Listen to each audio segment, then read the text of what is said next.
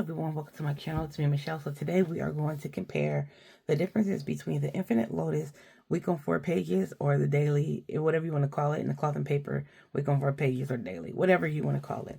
So we are going to compare the two and the differences and the similarities. Don't pay attention to the year on this. This is just my older one. It still looks the same on their website from what I can ascertain. So at first, cloth and paper did have a slight advantage because they included the monthlies. The monthlies will no longer be included. So we're just going to pretend that no monthlies come with cloth and paper for this year and that we are preparing for 2026 and we got to get our monthlies separately.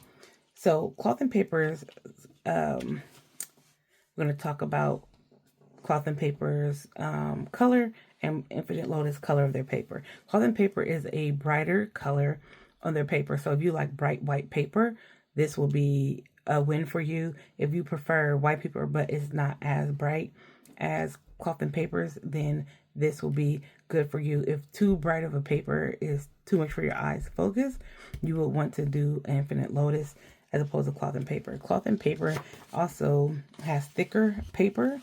So for when it comes to like weightier paper that will hold up, cloth and paper is a little thicker. The Infinite Lotus, the way they feel, Infinite Lotus paper is a little smoother than cloth and paper. So if you like some two-year paper, you would like cloth and paper. If you like smoother paper, you will like Infinite Lotus paper better. It is not like overly smooth. It's just smoother than cloth and paper because it has some tooth to it too. It's just not as toothy as cloth and papers.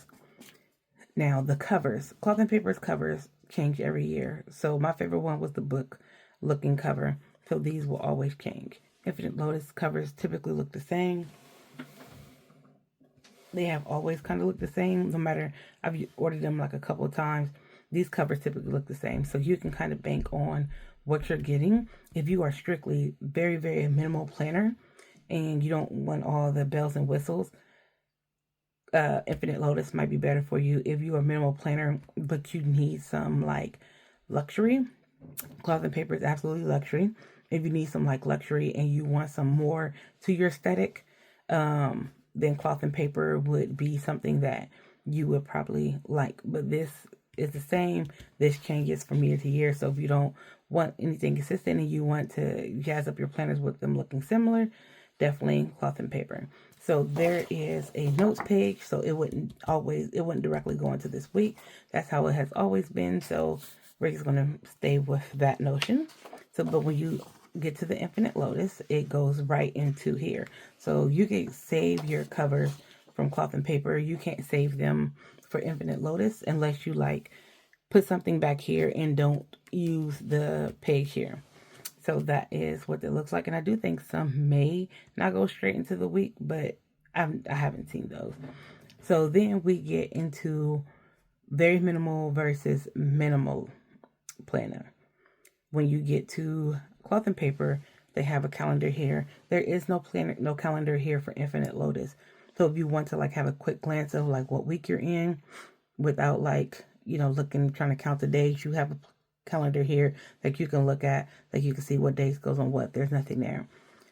Cloth and paper has a long list, which I like because I can brain dump on whatever I need to brain dump out of my head and get it right onto the paper. Things I'm not necessarily have a definite schedule for, I can just put it here and see what days that it might fit on. So like I put laundry. Say I want to do laundry, but don't know what day I'll probably get to it. And then I say, hey, I see I have some time here on Tuesday. I'm going to grab it on Tuesday. Instead of me having to put it on Tuesday, I could put it here and then look at it. And plus, you have a list of things you need to do. You might be able to get to some early, and schedule some out later.